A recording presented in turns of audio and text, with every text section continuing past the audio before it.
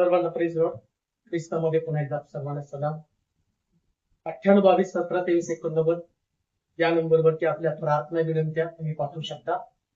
तुमच्यासाठी अखंडपणे प्रार्थना चालू आहे आणि त्या प्रार्थनेची उत्तर अनेक लोकांच्या जीवनामध्ये अनेकांनी अनुभवली. तुम्हाला प्रार्थना तुमच्यासाठी प्रार्थना करण्यात नेहमीच मला आनंद वाटेल, कारण माझी पाचारण माझी सेवा तीच आहे. त्याचप्रमाणे त्या मिनिस्ट्रीला हातभार लावावा, मिनिस्ट्री पुढे जावी, यासाठी ज्या लोकांना असं वाटतं की देवाच्या राज्यामध्ये गुंतवणूक करावी, तर त्याच्यासाठी सुद्धा 98 22 17 23 89 हा माझा फोन पे गुगल पे नंबर आहे, ज्यावरती तुम्ही आपले दान दशांश पाठवू शकता, जेणेकरून तुम्ही जात नाही परंतु देवाचं वचन त्या ठिकाणामध्ये पोहोचू शकतं. तर त्यासाठी तुम्ही हातभार लावू शकता. आज एका विशेष गोष्टीकडे आपलं लक्ष वेधू इच्छित आहे. भारताची परिस्थिती, जगाची परिस्थिती आणि जिथं आम्ही राहतो त्या भागातली परिस्थिती, ज्या लोकांमध्ये आम्ही राहतो त्या ठिकाणची परिस्थिती, याच्यामुळे अनेक प्रश्न आमच्या डोक्यामध्ये उपस्थित होतात की लोकांचं ऐकावं किंवा बायबलचं ऐकावं.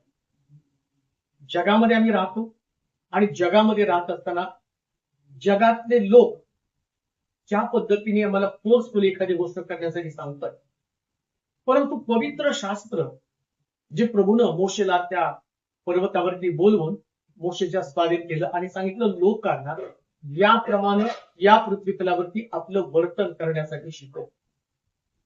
आता देव स्वर्गामध्ये आहे आणि स्वर्गातला देव या पृथ्वी तलावरती अनेक दैवता आहेत.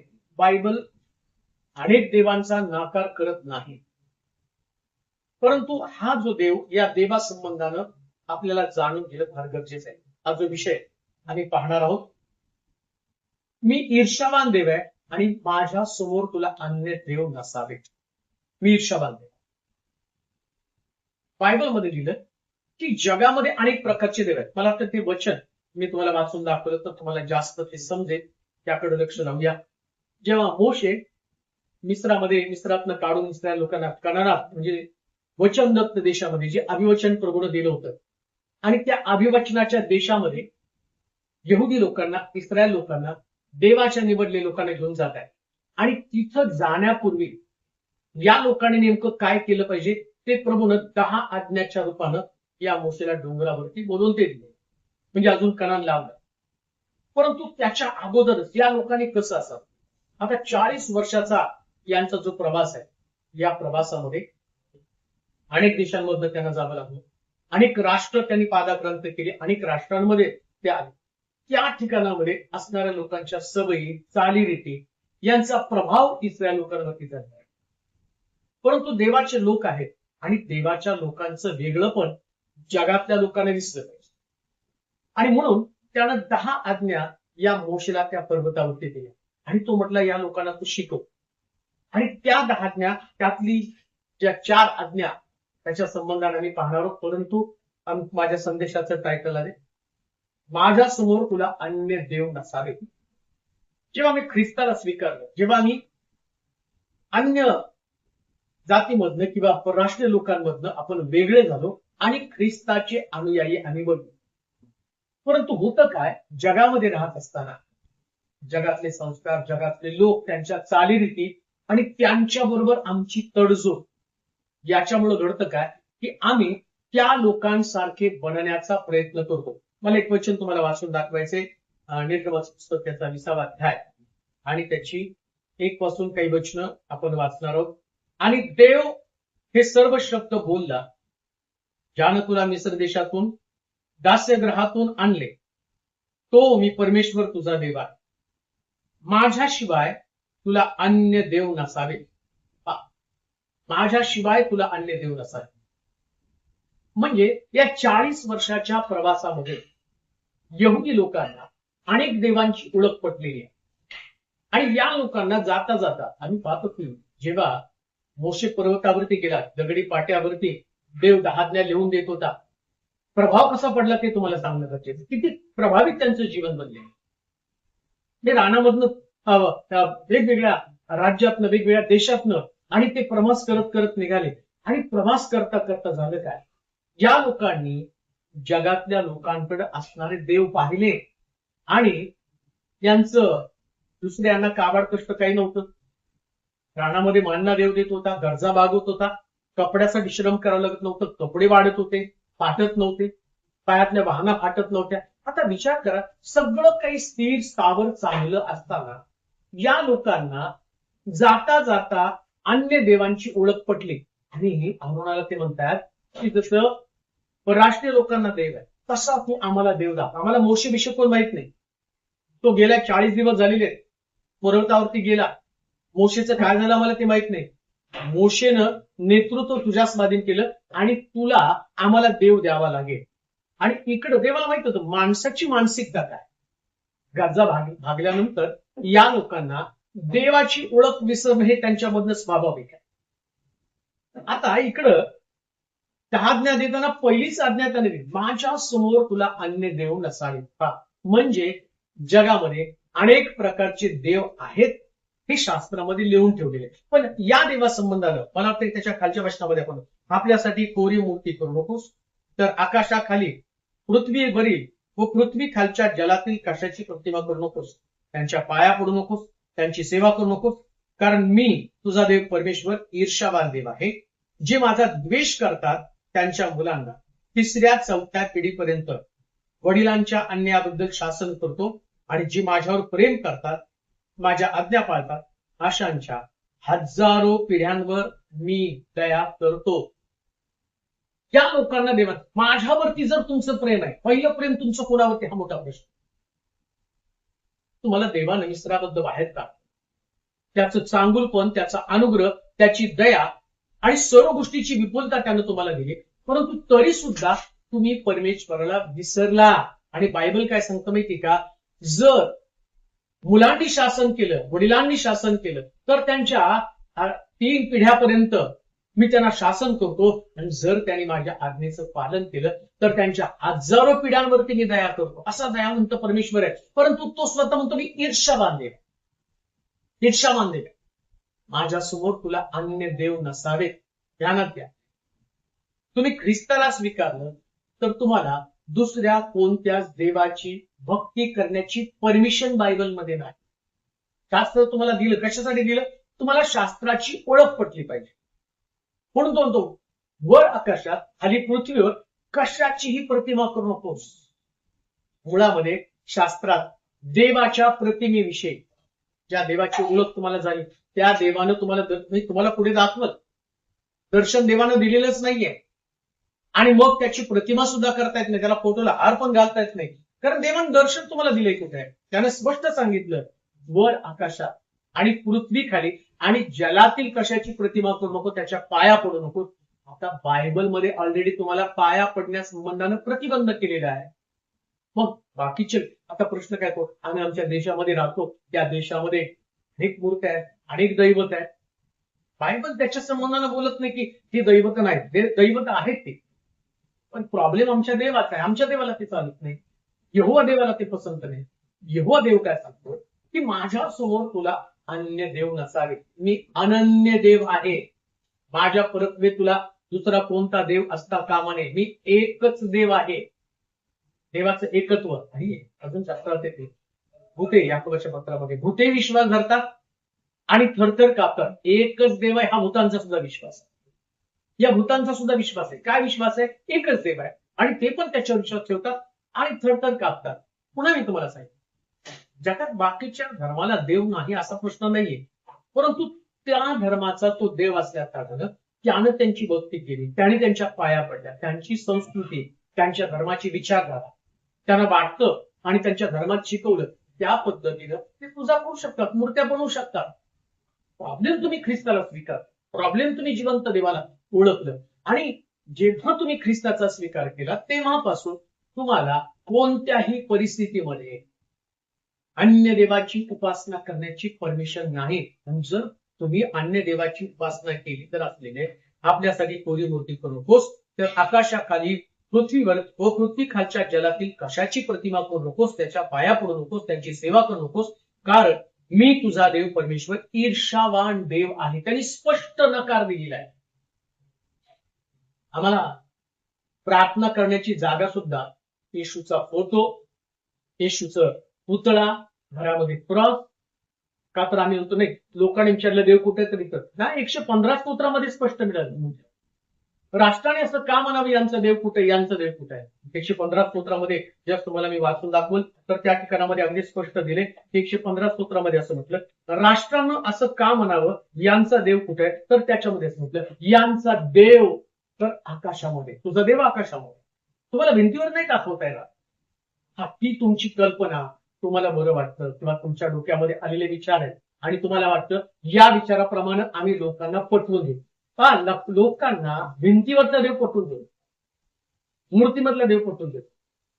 आता देवासंबंधानं असं म्हटलं, देव आत्मा आहे आणि त्याच्या उपासकांना त्याची उपासना आत्म्यानं आणि सेवा म्हणजे उपासनेला दुसरा शब्द सेवा आहे. तो पुण्यात तो आपल्यासाठी मूर्ती करू नकोस, त्याच्या पाया पडू नको, त्याची सेवा करू नकोस.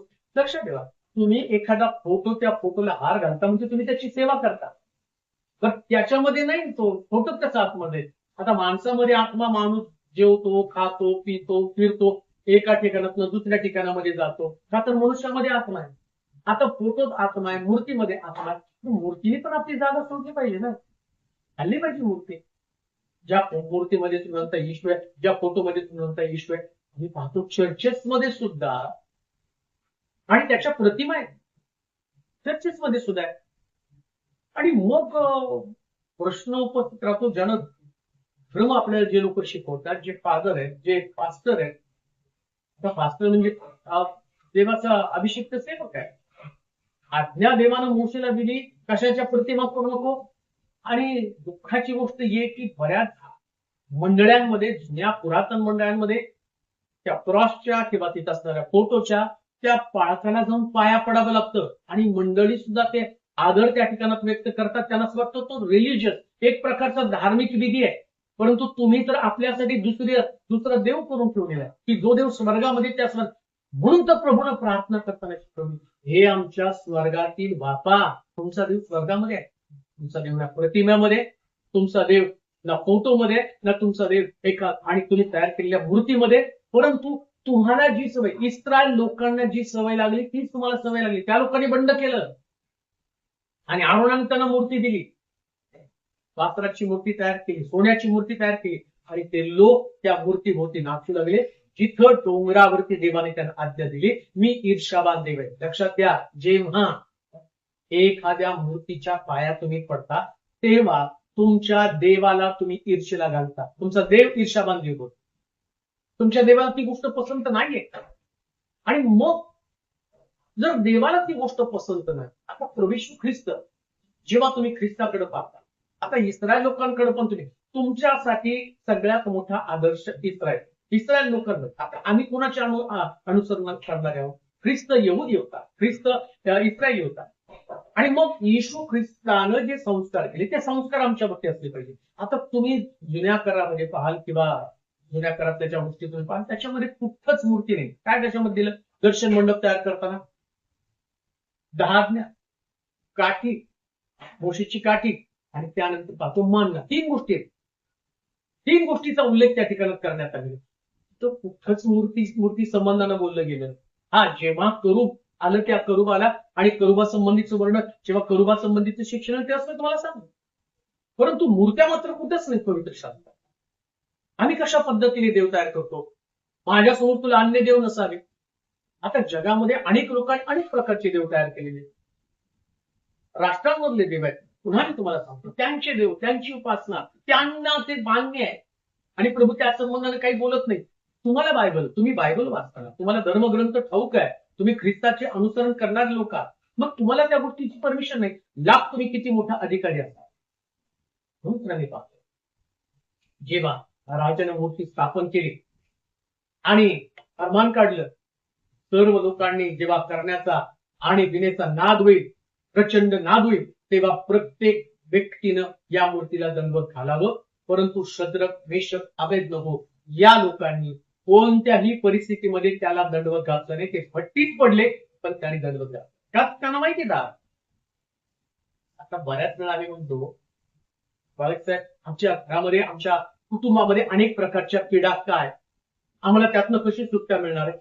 तुमचे बाळवडील, तुमचे पूर्वज, त्यानं केलेली मूर्तीपूजा किंवा त्या मूर्त्याला दंडवत घातलं, त्यांनी अनेक प्रकारची दैवत आहे. माउंट मेरी हे सुद्धा तुमच्यासाठी दैवत आहे. तुम्हाला वचन वाचून दाखवतो म्हणजे तुम्हाला ते स्पष्ट कळेल. या बऱ्याच लोकांना आणि शास्त्रामध्ये असणाऱ्या गोष्टी संबंध माहीत नसल्या कारणानं पुष्कळ लोकांनी देव तयार केले. मग अनुवादाचं पुस्तक 4था अध्याय आणि त्याच्या 15 पासून काही वचनामध्ये आपण वाचूया. 4था अध्याय 15, अनुवादाचं पुस्तक 4था अध्याय आणि 15 वचन. अनुवाद 4:15. म्हणून तुम्ही अतिशय सावधगिरी बाळगा, कारण परमेश्वरानं तुमच्याशी होरे पर्वतावर अग्नीतून भाषण केले. त्या दिवशी तुम्ही काही आकृती पाहिली नाही, यासाठी की तुम्ही बिघडून जाऊ. एखाद्या पुरुषाची अथवा स्त्रीची, पृथ्वीवर संचार करणाऱ्या एखाद्या पशुची किंवा अंतराळात संचारणाऱ्या एखाद्या पक्षाची, भूमीवर रांगणाऱ्या एखाद्या जंतूची अथवा पृथ्वी खालच्या जलात राहणाऱ्या एखाद्या माशाची प्रतिमा करू नये. अथवा आकाशाकडे नजर लावून सूर्य, चंद्र, तारे आणि आकाशातील तारांगण पाहून ओळखून जाऊन त्याला दंडवत घालू नये व त्याची पूजा करू नये. हे तुमचा देव परमेश्वर याने आकाशाखालील सर्व लोकांना देऊन ठेवले आहे. अगदी स्पष्ट आहे, अगदी स्पष्ट आहे. आम्हाला सवय आहे, अजूनही मी स्वतः पाहिजे पुष्कळ ख्रिस्ती लोकांमध्ये अजून पण ती पद्धत आहे, माउंट मेरीला जायचं आणि इकडं मर्या देव आहे. बायबल सांगितलं माझ्या खेरीज तुला अन्य देव नसावेत. आणि कशाची प्रतिमा? इथं तर स्पष्ट लिहिलं एखाद्या स्त्रीची. म्हणून तुम्ही अतिशय सावधगिरी बाळगा, कारण परमेश्वरानं तुमच्याशी होरे पर्वतावरून अग्नीतून भाषण केले. त्या दिवशी तुम्ही काही आकृती पाहिली नाही. मुळात देवानं आपली आकृती दाखवली नाही, तो कसा दिसतो ते तुम्हाला दाखवलं नाही. मोशेनं यहोवा देवाला पाहण्याचा प्रयत्न केला तर बायबल सांगतं देवानं फक्त त्याची छाया त्याला दाखवली, त्यानं देवाचं दर्शन घेतलं नाही. खडकाच्या कपारीमध्ये मोशेला ठेवलं आणि देवानं आपला हात त्या खडकाच्या कपारीवर ठेवला आणि तो म्हटला मला पाहणारा कोणी जिवंत राहणार नाही. आणि परमेश्वराने हे सुद्धा माहिती होतं कदाचित आकृती पाहिल्यावरती कालांतरानं हा दुसरसा चेहरा मोशे स्पष्ट असू शकणार नाही की कशा पद्धतीने देवाला पाहिलं. आणि तो त्याच्या सदृश्य दुसरं कोणाला तरी तयार करेल, प्रतिमा तयार करेल, तिला दंडवत घालेल, लोकांना तो सांगेल. ही सुविधा त्यावेळेस नव्हती. म्हणून देवानं काय केलं, फक्त छाया त्या ठिकाणात देवाने त्यांना मोशेला दाखवली. हीच गोष्ट परमेश्वर आमच्याशी बोलत आहे. मी तुम्हाला कुठल्याही प्रकारची आकृती दाखवली नाही, मग तुम्ही प्रतिमा करूच नका. परमेश्वराला प्रतिमा आवडत नाही. तुमच्या घरामध्ये असणारा येशूचा फोटो, तुमच्या घरातला क्रॉस, तुमच्या घरामध्ये असलेली मर्याची फोटो, त्याची मूर्ती, या मूर्त्या देवाला चालत नाही. आणि यांना देव मानलेलं सुद्धा परमेश्वराला चालत नाही, कारण तो म्हटला तुम्ही बिघडून जावे. जे लोक अशा प्रकारचे, तुम्ही तुमच्या मनामध्ये भक्ती आहे, मग तुम्हाला कोणीतरी शिकवलंय किंवा तुमच्या फादरने शिकवलं, तुम्हाला तुमच्या धर्मगुरूने शिकवलं, पण तुम्हाला बायबल काय शिकवतं याकडे तुमचं लक्ष कधी जाणार? कधी तुम्हाला सत्य समजणार? यातली आणि सत्याची जाणीव की ज्याच्यानं तुमचा स्वर्ग तुम्ही मुकणारा, ज्याच्यानं तुमच्या घराण्यावरती तुमच्या पिढ्यांवरती शाप येणार आहे, ज्याच्यानं तुमचे अनेक प्रकारचे जे शाप तुमच्या घरामध्ये येणार आहे, असल्या गोष्टींपासून तुम्ही स्वतःला कधी आवर घालणार आहात? अजूनही तुमच्यामध्ये ती अमावस्या पौर्णिमा ज्या शास्त्रात लिहिलं तो आकाशामध्ये पृथ्वीवर संचार करणाऱ्या एखाद्या पशुची किंवा अंतराळात उडणाऱ्या एखाद्या पक्षाची व पृथ्वीवर रांगणाऱ्या एखाद्या जंतूची अथवा पृथ्वी खालच्या जलामध्ये राहणाऱ्या एखाद्या माशाची प्रतिमा करू नये. त्या लोकांना त्याने ते त्या जंतूची प्रतिमा तयार करतात.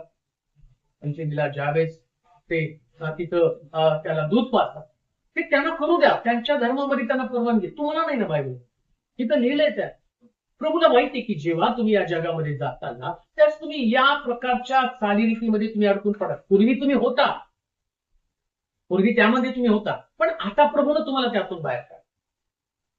आणि त्यांना करणावं, त्यांनी ते करावं नाही करावं हा देवाच्या वचनात सगळ्या मानवजातीला, आकाशाखालच्या सगळ्या मानवजातीला आहे. आणि मी हे सांगतो की तुम्ही ते करू नका म्हणून.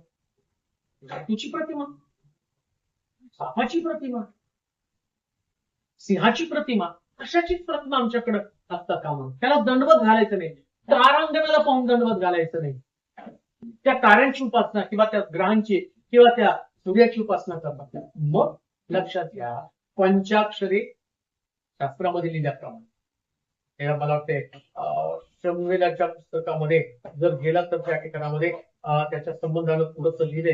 मला वाटते पहिले शमवेल आणि पहिले शमवेल मध्ये जर तुम्ही गेला, माझ्या समोर तुला अन्य देव नसावे, हे बायबल आम्हाला शिकवतं का नसावे. त्याच्या संबंधानं पहिली शमवेल त्याचा 5वा अध्याय त्याची 1 पासून काही वचनामध्ये बलिष्ठी देवाचा कोष, बलिष्ठांनी देवाचा कोष घेतला. तो एबनेझर येथून अशदोद येथे गेला. बलिष्ठांनी देवाचा कोष दागोनाच्या मंदिरात उचलून नेऊन दागोनाजवळ ठेवला. अशदोदकर दुसऱ्या दिवशी पहाटेच उठून पाहतात तर काय, दागोन परमेश्वराच्या कोशाकडे जमिनीवरती पालथा पडला असं त्यांच्या दृष्टीस पडले. तेव्हा त्यांनी दागोनास उचलून त्याच्या जागी पुन्हा ठेवले. दुसऱ्या दिवशी पहाटेच उठून ते पाहतात तर काय, दागोन परमेश्वराच्या कोशापुढे जमिनीवरती पालथा पडला आहे आणि त्याचे शिर व दोन्ही हातांचे तळवे तुटून उंबरठ्यावर पडले आहे आणि त्याचे धड तेवढे कायम राहिले असे त्यांच्या दृष्टीस पडले. या कारणास्तव आजपर्यंत दागोनाचे पुजारी व इतर कोणी दागोनाच्या मंदिरामध्ये जातात, तर ते अशदोद येथील दागोनाच्या उंबरठ्याजवळ पाय ठेवत नाही. का माझ्यासमोर तुला अन्य देव नसावे असं परमेश्वर बोलत आहे. आता इकडं परमेश्वरानं जी ताकीद तिसऱ्या लोकांना दिली, आता ती बलिष्ठांना माहित नाही. बलिष्ठीत बायबल वाचणारे लोक नाही, यांना त्या देवाविषयीची माहिती पण नाही.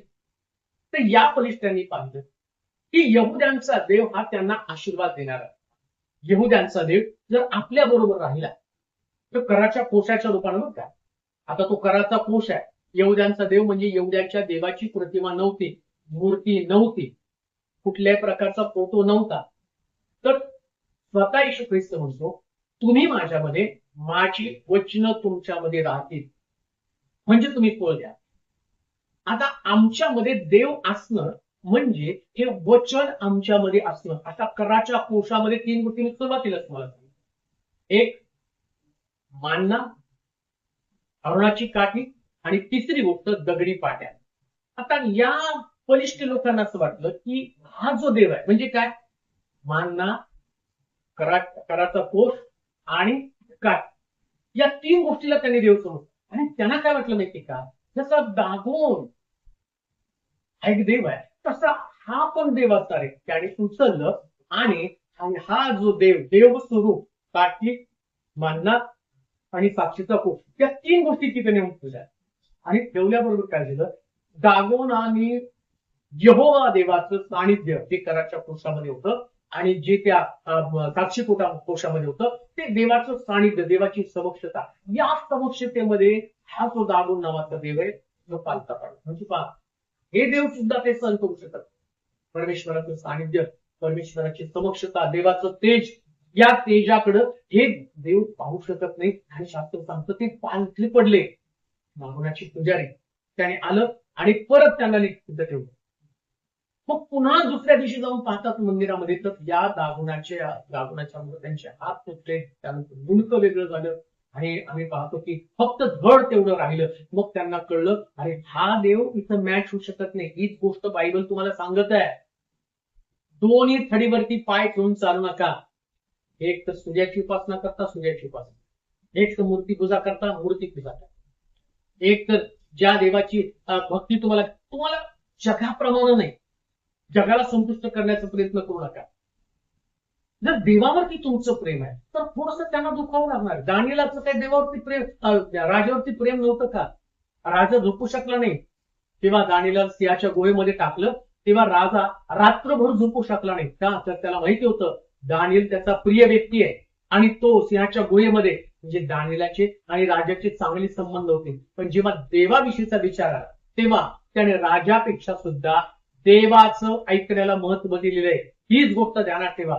जेव्हा यहोवा देवाची ओळख तुम्हाला पटलेली आहे तेव्हा तुमच्या समोर कुठल्याही पशुची, पक्ष्यांची, आकाशामध्ये संचार करणाऱ्या पक्ष्यांची, जमिनीवरती रांगणाऱ्या असणाऱ्या जंतूची, कशाचीही प्रतिमा तुम्हाला करता कामा नये. तो म्हणतो मी तुला दर्शन दिलं आणि दर्शन दिलं नाही, मी तुला दाखवलं नाही, आणि त्यामुळे स्त्रीची सुद्धा वास्तव वचन तुम्हाला कळेल.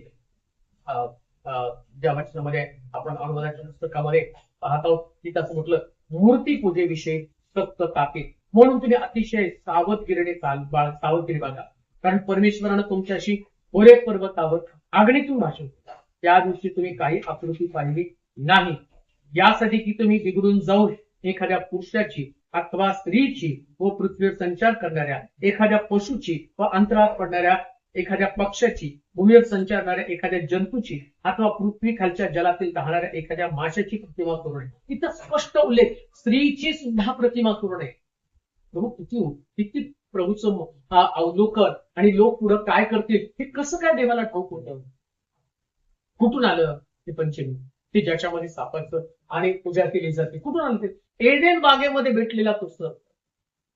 त्याला माहिती होतं की मनुष्याला ठकवण्यासाठी मला यांना यहोवा देव सोडून दुसरा एक देव त्यांना मला दाखवा, आणखीन एका देवाची ओळख त्यांना करून द्यावी लागते, आणि त्यानं ठकवलं. मग आता प्रभूला जसं सैतानाला देव काय करणार हे माहितीये, तसं देवाला सुद्धा सैतान काय करणार हे माहितीये. सैतानाला माहिती की देव काय करणार, आणि म्हणून त्यानं बागेमध्ये हवा त्या झाडाकडे आल्यावर तिला फळ देऊन जर मी तिला फळ खायला दिलं, हे बागेतनं बाहेर जाणार हे सैतानाला चांगलं माहिती, म्हणून तो बागेत वाट बघत कधी त्या फळाकडे, कधी चुका करते. आजही सैतान तीच गोष्ट करतो. त्याला माहितीये परमेश्वराला कोणत्या गोष्टीचा राग आहे, कोणत्या गोष्टीने तो ईर्षेला पेटणार आहे, आणि मनुष्याला उद्ध्वस्त करणारी गोष्ट देवाचा क्रोध देव त्याच्यावरती कधी टाकणार आहे, जेव्हा एखादी आज्ञा तो मोडेल. आणि लक्षात ठेवा 10 आज्ञांचं वर्गीकरण करताना त्याच्यामध्ये 4 आज्ञा देवासंबंधानं, 1 आज्ञा आई वडिलांसंबंधानं आणि 5 आज्ञा समाजासंबंधानं. प्रथम स्थानी आज्ञेमध्ये देवानं स्वतःला ठेवलेले, मग आई वडील त्याने. आता प्रश्न तोच आहे, तुम्ही कोणाच्या वरती जास्त प्रेम करता. म्हणून येशू म्हटला जो कोणी माझ्याशी सेव पाहतो त्यानं आत्मनिग्रह करावा, आपला बाप, आपली आई, आपला भाऊ या सर्वस्वाचा त्याग करून माझ्या मागे. आता तुमचं प्रेम कोणावरती? देवाच्या वचनावर जर तुमचं प्रेम आहे तर देवाच्या वचनावर प्रेम करता, तर तुमच्यासाठी कुठल्याच प्रकारची मूर्ती, त्याचप्रमाणे प्रतिमा करू नये, त्याला फोटोला हार घालू नये. त्याच्या तुमच्या वाडवडिलांचे सुद्धा फोटो आणि त्याचा हार नको आहे. तुम्हाला कितीही वाटतं, तुम्ही तर नाही आता ते जिवंत आहे. तुम्ही जाता सकाळी उठता आणि मग वर्षात एकदा त्यांचा दिवस झाल्यावर त्यांना फोटो घालता. बायबल सांगतं मृतास काही कळत नाही, एकदा व्यक्ती मेला तिथून पुढे तो देवाच्या हातात. कोणाची प्रतिमा करायची? माणसाची नको आणि बाकीच्या अन्य देवांची पण प्रतिमा नको. तुमच्या घरात ते नकोच आहे. त्याच्यानं तुमच्या घरात शाप येणार आहे, त्याच्यानं तुमच्या घरामध्ये पिढा येणार आहे, पिढ्यानपिढ्याची शाप, 3 पिढ्या तुमच्या शापेत. तुम्हाला त्याचं गांभीर्य कधी कळालेलं नाही. तसा देव ईर्षावान देव आहे, आणि त्याला ज्या गोष्टीची चीड आहे त्या गोष्टी संबंधानं आम्ही कधीच देवाच्या बाबतीमध्ये आणि अशा प्रकारच्या गोष्टी करू नये. इथं मला ते निर्गमाच्या पुस्तकामध्ये पुन्हा एकदा वाचलं तर कळेल. आपल्यासाठी कोरी मूर्ती करू नको, तर आकाशाखाली आणि पृथ्वी खाली लोक पृथ्वी खालच्या जलातील कशाची प्रतिमा करू नकोस, त्याच्या पाया करू नकोस, त्यांची सेवा करू नकोस, कारण मी तुझा देव परमेश्वर ईर्षावान देव आहे. जे माझा द्वेष करतात त्यांच्या मुलांच्या 3ऱ्या 4थ्या पिढीपर्यंत वडिलांच्या अन्यायाबद्दल शासन करतो. देवाला या गोष्टीची चीड आहे. कोणती चीड? मूर्ती पूजा, मूर्त्या बनवणं नाही पसंत देवा. मग का तुम्ही अनेक देव तुमच्या जीवनामध्ये आहे?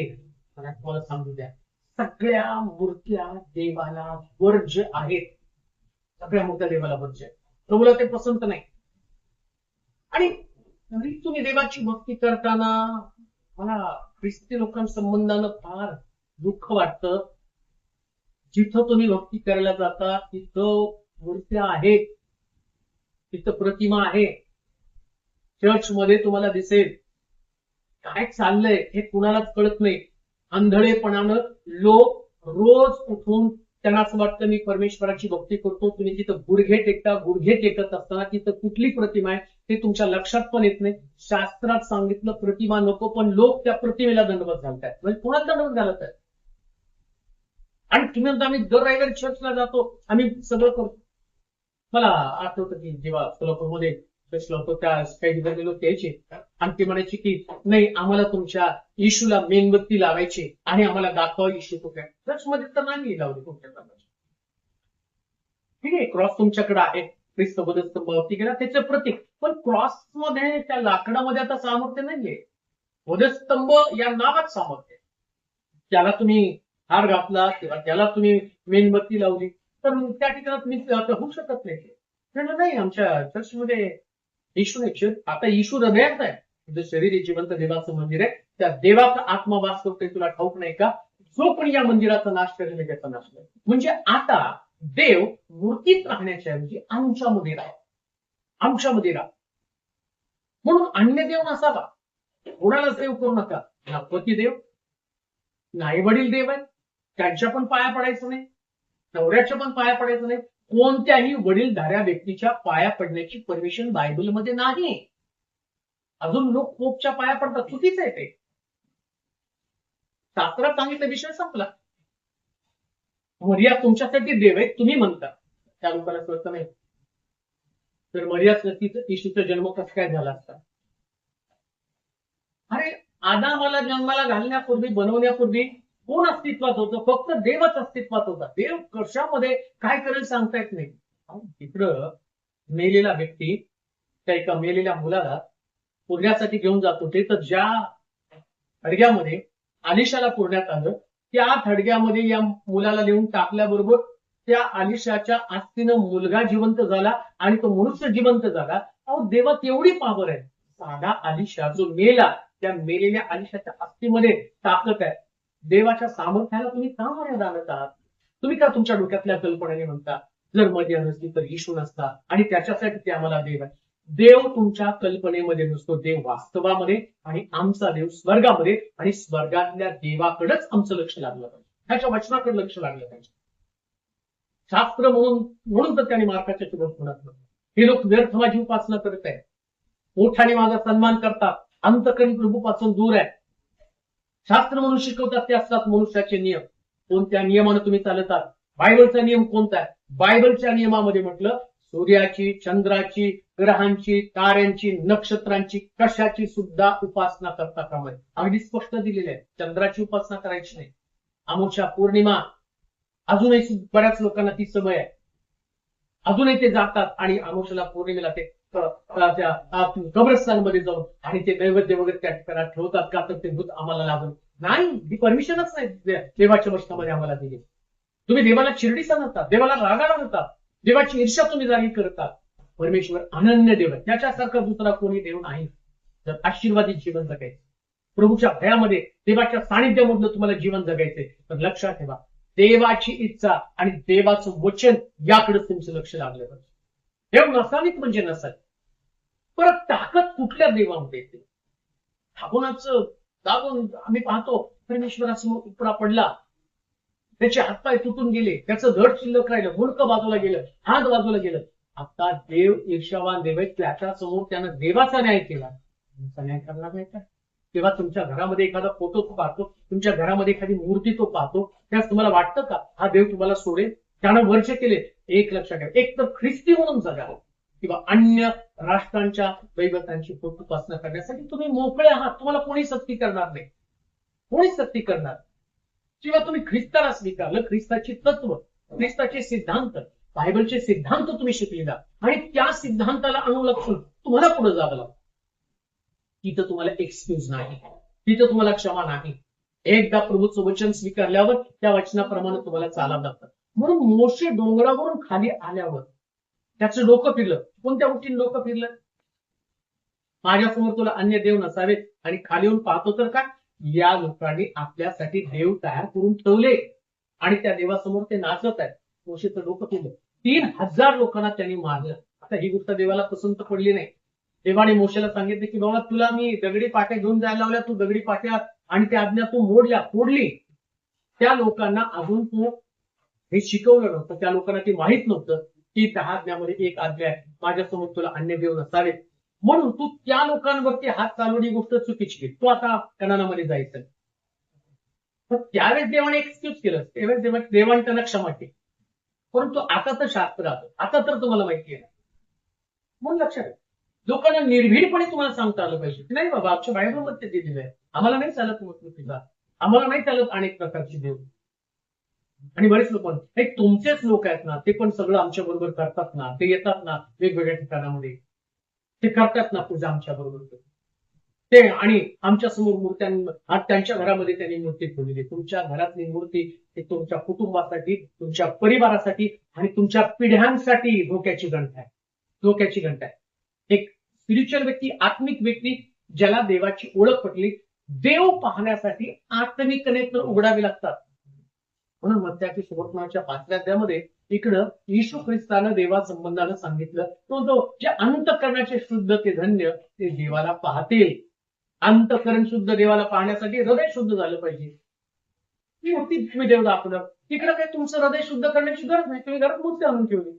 देवाचं नियम वचन आणि तिथं पाहण्याची गरज नाही. तुम्ही लोकांना हा आमचा देव आहे, कोणता देव आहे तुमचा, फोटोतला देव आहे तुमचा. आणि इकडे देवाने स्पष्ट सांगितलं, मी काही तुम्हाला दर्शन दिलं नाही आणि मी तुम्ही मला पाहिलं नाही, तुम्ही तुमच्या मनानं तुम्ही बिघडून गेला असं म्हटलेलं आहे. लक्षात ठेवा, एक आत्मिक जीवनामध्ये बिघडलेली व्यक्ती, त्या व्यक्तीचं लक्षण काय?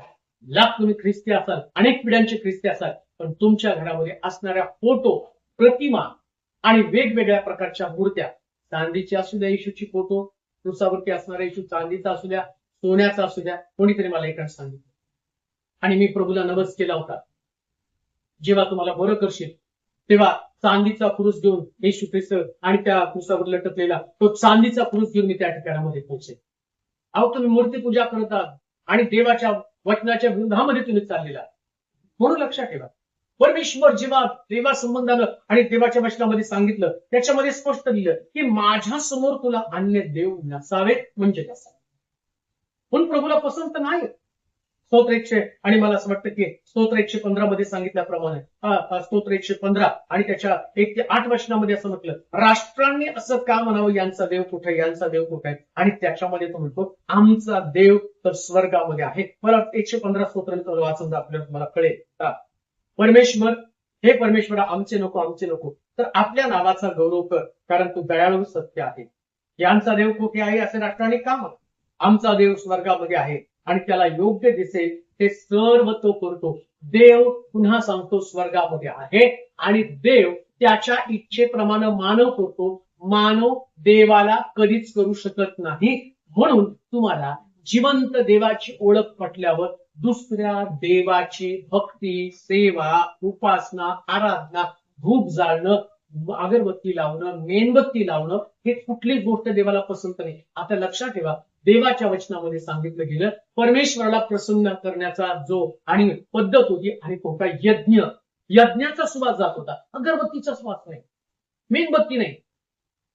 तिथं आम्ही पाहतो दर्शन मंडपामध्ये किंवा मंदिरामध्ये त्या ठिकाणामध्ये दिवटणी आणि दिवट ज्याला असं म्हटलं की दिवा ठेवलेला.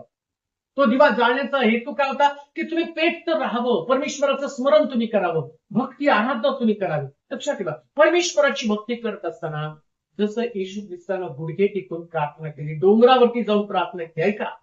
येशू डोंगरावरती गेला, तिथं जाऊन प्रार्थना करतो. कुठल्या मंदिरात जाऊन पण त्यांनी प्रार्थना केली नाही. काळी मंदिरात जाऊन त्यांनी प्रार्थना केली का? त्याने डोंगरावरती जाऊन प्रार्थना केली का? तो म्हणतो आतमधल्या खोलीमध्ये जाऊन खोली बंद करून तुम्ही प्रार्थना करा. त्याचं कारण मी तुम्हाला सांगतो, माझ्या पित्याच्या ग्रहाला प्रार्थना ग्रह म्हणतील, तुम्ही त्याला चोर आणि लुटारांची गुहाती. प्रभूनं येशूनं दाखवून दिली. अरे इथं देव राहिलेलाच नाही. कुठं? मंदिरामध्ये. मंदिरात सगळं स्वतःच्या मर्जीप्रमाणे देवाला घडवायला सुरुवात.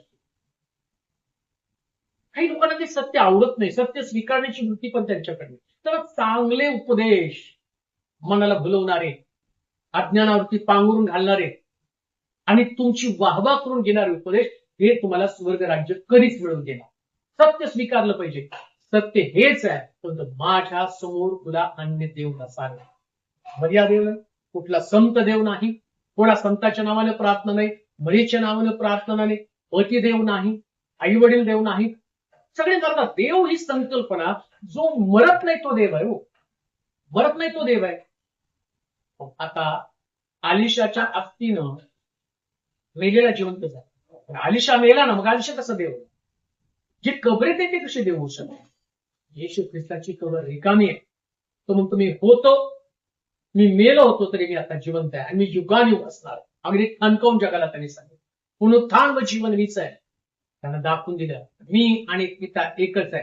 येशू स्वतः म्हणतो, हे माझ्या स्वर्गातील बापा, तू माझं नेहमीच ऐकतो म्हणजे मी तुझे आभार मानतो. आणि स्वर्गातली वाणी येशू ख्रिस्ताला समजायला सांगते, हा माझा परमप्रिय पुत्र आहे, याच्याविषयी मी संतुष्ट आहे, याचं तुम्ही ऐका.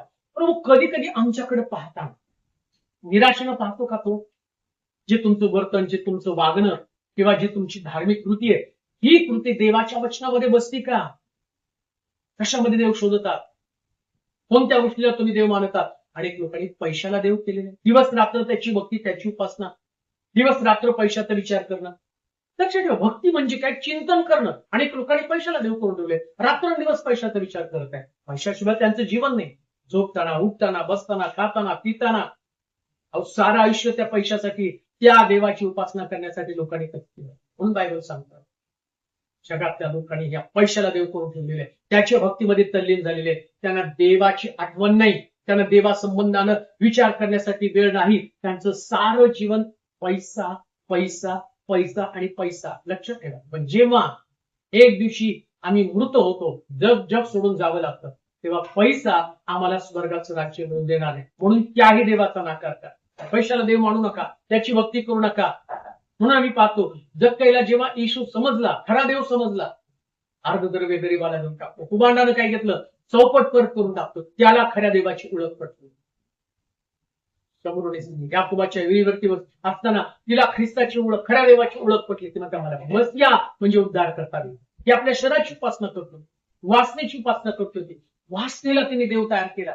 त्या शरीराला नटवण्यामध्ये, सुंदर करण्यामध्ये, देखणं बनण्यामध्ये आणि पुरुषांना भुलवण्यामध्ये तिने आपलं आयुष्य खर्च केलं. परंतु तिला खऱ्या देवाची ओळख पडतो. तुम्ही कशाची उपासना करता? शरीराची पूजा, शरीराची उपासना, एकमेकाची उपासना, एकमेकाची पूजा. कोणाला आपलं आयडल मानता? काही लोक मंत्र्याला, एखाद्या मोठ्या व्यक्तीला आपला देव मानतात. पण तो मनुष्य एखाद्याने गरज भागवली तर ते अरे देवासारखी तू माझी मदत केली, देवासारखा तो धावता. ईर्षावान देव आहे, ईर्षावान देव आहे. लक्षात ठेवा, देवा संबंधानं तुम्हाला जागरूक राहावं लागेल. आणि जेव्हा देव ईर्षेनं पेटला जाईल, तेव्हा आमचं घर, आमचं कुटुंब, या सगळ्याला त्याचा अनुग्रह पाठवण्याच्या ऐवजी मूर्ती पूजेमुळं किंवा मूर्त्यांमुळं आमचं कुटुंब देव होण्याची शक्यता आहे. हे शिक्षण आहे. आणि या शिक्षणानं आम्हाला स्वतःला बनवायचंय, आम्हाला घडवायचंय, रचना करायची आणि देवाच्या क्रोधापासून आमचा बचाव करायचा. कसं करणार बचाव? कसं वाचणार तुम्ही स्वतःला? आणि म्हणून वर आकाशात, खाली पृथ्वीवर आणि पृथ्वी खालच्या जलातील कशाची सुद्धा प्रतिमा, त्यांनी स्पष्ट माशाची सुद्धा प्रतिमा करू नका म्हणून सांगितले. कशाला प्रतिमा? कशाला त्यांची भक्ती करायची? आणि बघा तुम्ही, या भारत देशामध्ये सगळ्या गोष्टींच्या प्रतिमा तयार करून त्यांची उपासना केली जाते. अगदी नारळी पौर्णिमेला सुद्धा जाऊन समुद्रामध्ये उपासना केली जाते. म्हणजे इकडं प्रभूला ज्या गोष्टीची भीती लोकांसंबंधानं होती, आमच्या देशातल्या लोकांसंबंधानं होती, आणि त्या सगळ्या गोष्टी यांना त्या ठिकाणामध्ये समजून सांगितलेल्या आहेत. हे बायबल तुम्हाला फॉलो करायचं तर हे तुम्हाला ऐकावंच लागणार आहे. तुम्हाला लोकांना पण पटवून देता आलं पाहिजे. आमच्या बायबलमध्ये आहे. आम्हाला प्रश्न पडतो, लोकांना आम्ही कसं काय सांगावं? कारण लोक तर आम्हाला सांगतात तुम्हाला इथं राहायचं त्रास. अहो, लोकांना त्यांच्या धर्माप्रमाणे त्यांना परमिशन आहे. आपल्या धर्माप्रमाणे आपल्याला परवानगी नाहीये. मग आपल्याला आपल्या धर्माप्रमाणे, आपल्या सिद्धांताप्रमाणे, प्रभूच्या शिकवणीप्रमाणे त्या पद्धतीने वर्तन करावं लागणार. आणि वर्तन करत असताना समजून घेऊ, देवाच्या वचनामध्ये सांगितल्याप्रमाणे आम्ही सतत आणि सतत जर देवाच्या वचनामध्ये राहू तर आमच्याकडनं चुका कधीच घडणार नाही, कधीच आम्ही चुकणार नाही. परंतु होतं काय माहिती काय, जगामध्ये राहून जसं इस्रायल लोकांनी या असणाऱ्या आव्हानासमोर बंड केलं, तसं आम्ही सुद्धा बंड करतो. आमचं मन बंड करतं आणि आम्ही म्हणतो नाही, आमच्या घराण्यासाठी आम्ही त्या माउंट मेरीला जाऊन, मरियेकडे जाऊन आम्ही नवस बोलून आलो आणि आता तो नवस आम्हाला फेडायला जायचा आहे. अमक्या देवाला आम्ही नवस बोललो आणि तो नवस पूर्ण करण्यासाठी जातो. त्या देवाला आम्ही नवस बोललो आणि ते पूर्ण करण्यासाठी आम्हाला नाही, तिथं नाही परमिशन त्याची. आणि जेव्हा तुम्ही देव तुम्हाला परवानगी देत नाही तरी तुम्ही त्या गोष्टी करता, तर लक्षात ठेवा ही गोष्ट तुमच्यासाठी आणि तुमच्या परिवारासाठी अतिशय घातक अशा प्रकारची गोष्ट आहे, ज्याच्यानं तुम्ही तुमचं घर, उद्ध्वस्त करून तुमच्या घराण्यासाठी असणारे शाप तुम्ही उडान घेत आहात. म्हणून लक्षात ठेवा, एकच देव यहोवा देव, आणि त्याचं नाव त्याच्या संबंधाने म्हटलं, मी यहोवा देव आहे आणि माझ्या समोर तुला अन्य देव नसावे. समजावून घ्या. एका म्हणून नव्हे, तुम्ही ज्या चुका करतात त्या चुका समजावून सांगण्याचा हा माझा प्रयत्न. न कळतपणे अनेक गोष्टी तुम्ही केलेल्या, सूर्याची उपासना तुम्ही केली. मी स्वतः पाहिलं, एक व्यक्ती सकाळी उठल्यावरती पाणी घेत होता, ख्रिस्ती व्यक्ती होता, आणि मग त्या पाण्यामध्ये क्रॉस टाकत होता, सूर्याकडे बघत होता आणि सूर्याला नमन करून ते पाणी जमिनीवरती तो टाकत होता. इकडं बायबलमध्ये दिले त्या ग्रहाची, नक्षत्राची, तारांची, तारांगणाची, कशाची भक्ती करण्याची परमिशन तुम्हाला नाही. संपला विषय त्या ठिकाणामध्ये. तो करतो, हा करतो, याने केलं तर. आणि असं दिले शास्त्रामध्ये. मी सांगतो याच्यापेक्षा वेगळी सुवार्ता जर स्वर्गातल्या देवदूताने येऊन सांगितली तरी त्यावर विश्वास ठेवू नका. तुमचा पाळक, तुमचे धर्मगुरू जरी तुम्हाला या गोष्टीसाठी प्रेरित करत असेल, बायबल सांगतं एक आंधळा दुसऱ्या आंधळ्याला कशी वाट दाखवणार. कदाचित त्यांच्या डेअरिंग नाही सांगण्याचं, मला कुठेचं बंधन नाही, त्यामुळे मी बिनधास्त सांगू शकतो. मी कोणाचं आधिपत्याखाली नाहीये, पण सत्यवचन तर मला सांगितलं पाहिजे ज्याच्यानं तुमच्या कुटुंबासाठी तुम्ही सुरक्षित मार्ग तयार करणार. कसा सुरक्षित मार्ग तयार होणार आहे? देवाचं वचन कसं तुम्ही अनुसरणार आहात? लक्षात ठेवा, हातामध्ये असणारी वेगवेगळ्या ग्रहांची अंगठी ही पण चालणार नाही. त्याचंही तुम्हाला आणि बाहेर काढून टाकावं लागेल. नाही चालत, एकदा नाही चालत म्हणजे विषय संपला. त्यासाठी तुम्हाला देवाच्या वचनाकडे तुमचं लक्ष लागलं पाहिजे, प्रभूच्या वचनावर विसरून राहिलं पाहिजे. धार्मिकतेचं शिक्षण तुम्हाला आवश्यक आहे. म्हणून पवित्र शास्त्र असेल ते गाणं म्हणतात, आज्ञानामुळे माझे लोक बंदिवासामध्ये आहे, आणि स्वतः देव त्याच्या वचनामध्ये म्हणतो, मी तुमचा बंदिवास उलटून टाकेल. आमचा बंदिवास उलटून जाणं गरजेचं. काढून टाका तुमच्या घरातल्या प्रतिमा, काढून टाका तुमच्या घरातल्या मूर्त्या. आणि मी असं म्हणेन, जर आजपर्यंत तुमच्या घरामध्ये तुम्ही या प्रकारच्या गोष्टी केल्या असतील, तुमच्या शरीरात विकार असण्याची कारण हीच आहे, तुम्हाला बरकत नसण्याचे कारण हीच आहे, तुम्हाला विजय नसण्याचं कारण हेच आहे. प्रभू तुमच्या बरोबर राहत नाही, प्रभू तुमच्यासोबत चालू शकत नाही. बलिष्ठांबरोबर पोष त्यांच्याकडे राहिल्या कारणानं या बलिष्ठांना फक्त पोष राहिल्यामुळे ते आशीर्वादित झाले. त्यांनी जेव्हा ते काय दागोनाच्या मूर्तीचं ते नको म्हटले आपल्याकडे, हे आपल्याकडे पीडा आणतो. म्हणजे इकडं तुम्ही देवाला, ख्रिस्ताला स्वीकारलं, तुम्ही ते पण करू लागले, तुमच्याकडे पीडा येणार आहे. देवाला सोडलं नाही, दागोनाला सोडलं नाही, तुम्हाला सोडेल का? तुम्ही दोन्ही गोष्टी करत बसला तर हा जिवंत देव तो खरंच तुम्हाला सोडेल का? मग कुठे देवाचं सामर्थ्य, कुठे देवाचं वचन, आणि कुठे तुम्हाला देवाच्या आज्ञेचं पालन करणारी वृत्ती, जे देवाच्या आज्ञेचं पालन करणारे लोक आहेत. आणि दानिएल, शद्रक, मेशक, अबेदनगो एक प्रभावी लोक होते. आम्ही मोर्दखै संबंधाने पाहतो, हामान त्याला त्या खांबावर फाशी देण्यासाठी जाणार होता, पण त्या हामानाला त्यांनी नमन केलं नाही. मोर्दखै नाही, त्याला माहितीये यहोवा देवाचा अनुयायी, त्याचा सेवक मी आहे, आणि मी या माणसासमोर आपलं मान झुकवणार नाही. तुम्ही किती लोकांसमोर मान झुकवतात?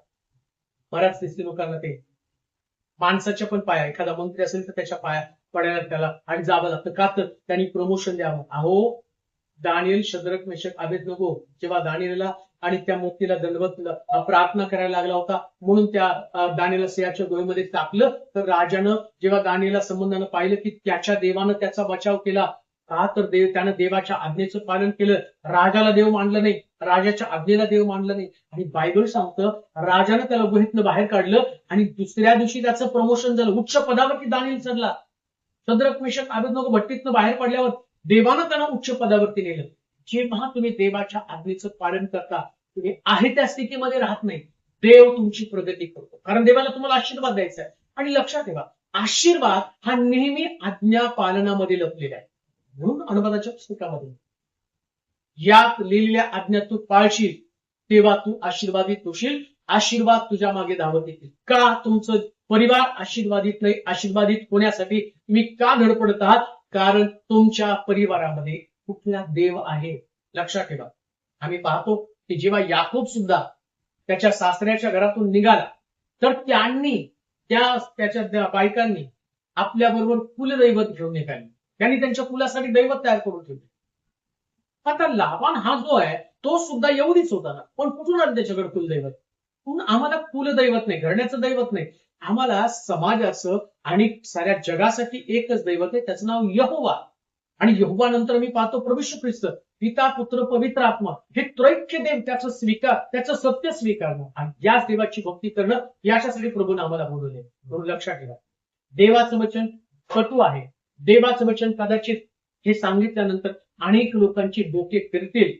मर्या देव नाही सांगितल्यानंतर अनेक लोकांच्या मनामध्ये एक प्रकारचा तीव्र राग माझ्या संबंधात निर्माण होईल. परंतु तरी सुद्धा मला तुम्हाला सांगू द्या, हे बायबलमध्ये लिहिले आणि हेच सत्य आहे. तुमच्या घरामध्ये एखादी येशूची मूर्ती असेल तर ती मूर्ती तुम्हाला काढूनच टाकावी लागेल.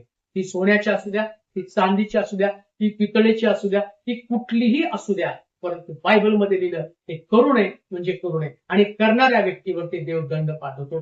जर तुम्हाला आशीर्वादित व्हायचंय आणि प्रभूच्या इच्छेप्रमाणे चालायचंय तर देवाच्या इच्छेप्रमाणे तुम्हाला वर्तन करावं लागेल. देवा तुम्हाला आशीर्वाद देऊ. आपण प्रार्थना.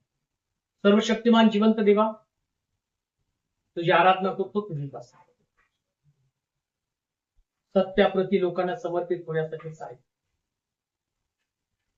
ज्या गोष्टी तुला पसंत नाही त्या गोष्टी तू स्पष्ट सांग.